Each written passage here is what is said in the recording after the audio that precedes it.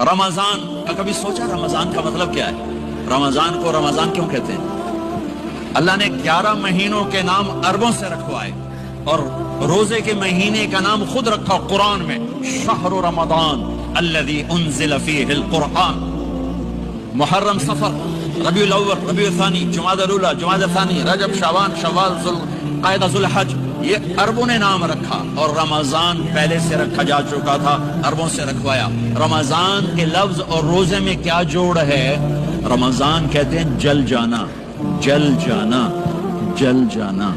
تو اس کو روزے کے ساتھ کیا مناسبت ہے کہ جب کوئی مرد عورت روزہ رکھتا ہے یا رکھتی ہے تو پچھلے 330 دن کے گناہ، آج روزہ رکھا، پٹی تیار ہو گئی، گناہ ڈال کے جلاؤ، دوسرے دن اور گناہ جلاؤ، تیسرے دن اور گناہ، چوتھے دن اور، 30ویں دن سارے گناہوں کو اللہ تعالیٰ جلا کے راکھ کر کے ایمان